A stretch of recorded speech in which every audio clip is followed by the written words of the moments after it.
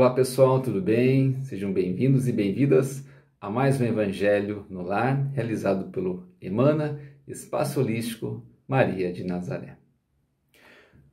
O tema de hoje é do capítulo 19, que tem como título A Fé Transporta Montanhas. Neste item, quando vocês lerem lá, irão perceber que existem 3 subitens. O primeiro é o poder da fé, o segundo, a fé religiosa, que continua, condição da fé inabalável, e a terceira, a parábola da figueira que secou. Hoje nós vamos nos ater ao item de número 1, o poder da fé. Esse trecho está em Mateus, capítulo 17, versículo do 14 ao 20. Então, para iniciarmos, quero convidar você, minha irmã, meu irmão, que possa ter junto de você aí um copo com água para ser energizado pelos amigos espirituais que nos acompanham, que estão conosco nesse momento. Também pedimos a permissão da espiritualidade para iniciarmos esta leitura e a partir dela refletirmos e a partir dessa reflexão colocarmos em prática no nosso cotidiano um pouquinho desse aprendizado. Que assim seja. Vamos então à leitura. A fé transporta montanhas. Quando ele veio ao encontro do povo, um homem aproximou-se de Jesus e se lançou de joelhos a seus pés e disse: Senhor, tende piedade do meu filho, porque é lunático e sofre muito. Às vezes cai no fogo, às vezes se joga na água. Apresentei-o aos teus discípulos, mas eles não puderam curá-lo.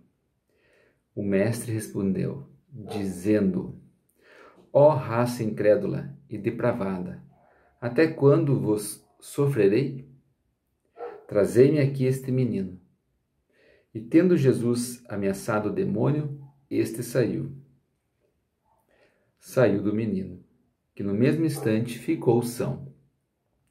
Os discípulos vieram então a Jesus e, em particular, lhe perguntaram: Por que não podemos nós, outros, expulsar esse demônio? Respondeu Jesus: Por causa da vossa incredulidade. Pois em verdade vos digo, se tivesseis a fé do tamanho de um grão de mostarda, direis a esta montanha: transporta daí para ali, e ela se transportaria, e nada vos seria impossível. Mateus 17, 24. 17, 14 a 20. Vamos refletir um pouquinho, né, meus colegas? Ainda à luz do Evangelho segundo o Espiritismo. No sentido próprio, é certo que a confiança nas suas próprias forças torna o homem capaz de executar coisas materiais, que não consegue fazer quem duvida de si. Porém, aqui, unicamente no sentido moral, não se deve entender essas palavras.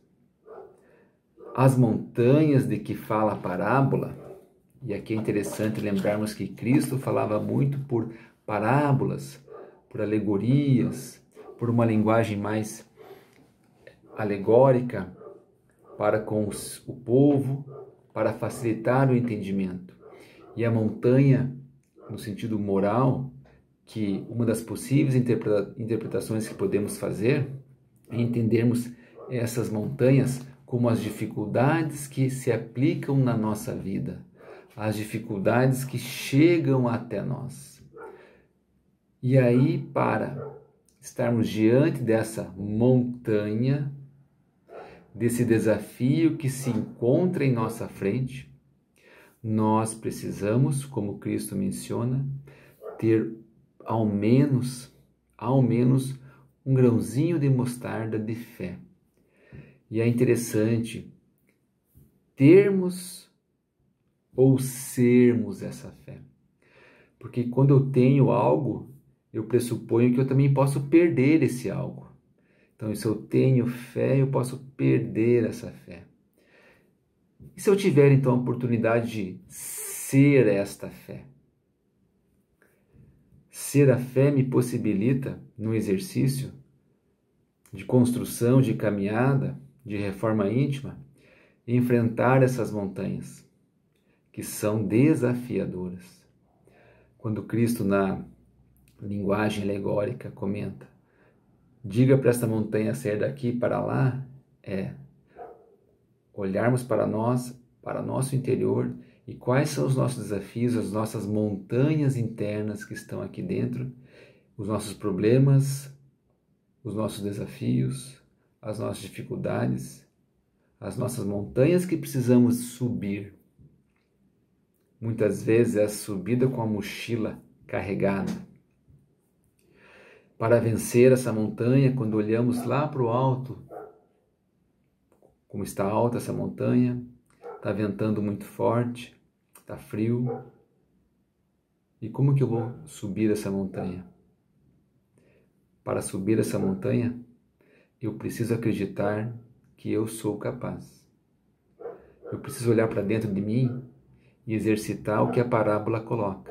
Exercitar a fé que eu tenho? Não, a fé que eu sou, a fé que nós somos. Se nós temos a centelha divina dentro de nós, nós somos capazes de exercitar essa fé.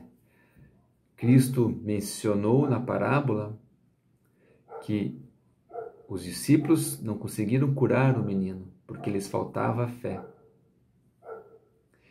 E a mim, tem faltado fé? E a você, minha irmã, meu irmão?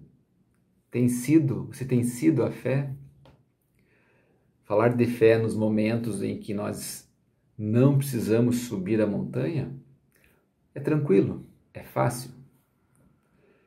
E viver essa fé, olhar para dentro de mim e lembrar que eu sou a fé porque sou filho de Deus, irmão do Cristo. Tenho o divino dentro de mim. Exercitar a fé. Esse é o nosso grande desafio no momento em que a montanha aparece em nossa vida. Seja uma montanha ligada a uma doença, a uma dificuldade de relacionamento familiar, a um desafio no meu trabalho. Lembremos que as montanhas que são colocadas, elas foram colocadas por nós mesmos, respeitando a lei de causa e efeito. Aí já saímos de uma posição de vitimismo. Por que esta montanha para mim? Esta montanha não é um castigo.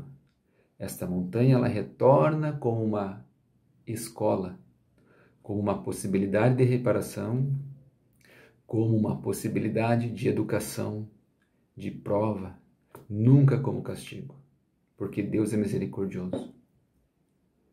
E as montanhas que aparecem a nós são na exata medida da nossa capacidade, pela misericórdia de Deus. Mas nós tendemos a ficar na reclamação do que começar a subir esta montanha, a enfrentar essa montanha. Olhe para você, olhe para a tua história, olhe para o teu passado. Quantas montanhas você já teve que subir e ajudar outras pessoas a subirem? E ser ajudado por outras pessoas. Lembre das pessoas que ajudaram você e da fé que elas demonstravam ser. Esta fé que nós precisamos colocar em prática, minhas irmãs e meus irmãos. Nós precisamos ser essa fé. Mas nós só vamos ser essa fé no momento em que nós começamos a nos colocar de frente, a subir essa simbólica montanha, que são as dificuldades que a vida nos impõe como oportunidade, como dizia Francisco de Assis. Voltando um pouquinho à leitura para caminharmos para o final da nossa reflexão, as montanhas que a fé desloca são as dificuldades, as resistências, a má vontade. Em suma, com que se depara da parte dos homens, ainda quando se trata das melhores coisas. Os preconceitos da rotina, o interesse material, o interesse apenas na matéria. O egoísmo, ou seja, o excesso de mim. A cegueira do fanatismo religioso. Eu posso ficar falando de Jesus, mas no meu dia a dia eu não ajo nem um pouquinho como ele. Adianta? Isso independe de instituição, depende de religião. As paixões orgulhosas são outras tantas montanhas que barram também o nosso caminho. A quem trabalha pelo progresso da humanidade. A fé robusta, porém a fé robusta, a fé que eu sou e que eu preciso descobrir, se ainda não percebi, e que nós temos porque somos filhos do divino. A fé robusta dá a perseverança, a energia e os recursos que fazem que se vençam os obstáculos, assim nas pequenas coisas como nas grandes. Não temos montanhas simbólicas todos os dias? Não criamos para nós montanhas simbólicas todos os dias? Da fé vacilante resultam a incerteza e a hesitação de que se aproveitam os adversários que se tem de combater. Da fé vacilante. Como na parábola, os discípulos não conseguiram curar o menino. Fé vacilante. Lembre da linguagem figurada. E quantas vezes nós falamos para o outro, tenha fé. Tenha fé. E eu? Será que é melhor não dizer, seja a fé, seja a fé? Mas para eu poder falar isso para meus próximos, para meus irmãos, assim como estou falando para vocês, o primeiro exercício é comigo. Eu preciso ser essa fé.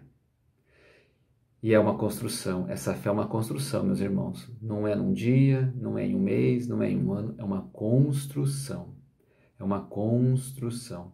Não é um botão desliga, desliga. De liga e desliga. Não é mágica. É uma construção. Precisamos, então, da fé que está em nós para vencermos as montanhas, vencermos os obstáculos que são criados por nós mesmos, nessa experiência ou em outras experiências. Assim, com este evangelho, essa pequena reflexão, pequena por parte de mim, mas grandiosa por aquilo que está no evangelho do Cristo. Proponho então que nós finalizemos o nosso encontro buscando olhar para nós, como Santo Agostinho dizia, antes de dormir, fazer um exame, como foi meu dia, quais foram os momentos que eu exercitei a fé que eu sou, quais foram os momentos que eu não consegui encontrar essa fé que está aqui dentro. Que está aqui dentro, não está fora de mim. Está aqui dentro. Gratidão. Namastê. Que a espiritualidade amiga sempre nos ampare e nos proteja. E convido a todos, a partir de agora, para aproveitarmos das benesses que vêm dos céus a partir do passe virtual que iremos receber já em seguida. Muito obrigado. Uma abençoada semana a todos. Gratidão.